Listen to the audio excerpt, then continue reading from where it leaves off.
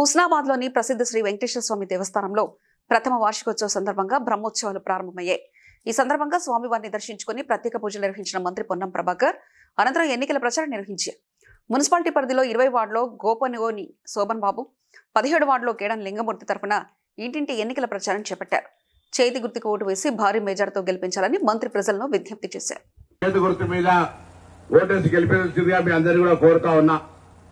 అదే విధంగా 15వ వార్డు నుంచి పోటీ చేస్తున్న ఆకుల రజత వెంకన్న గారిని కూడా మరి ఓటేసి గెలిపించాల్సిందిగా కోరుతా ఉన్నా.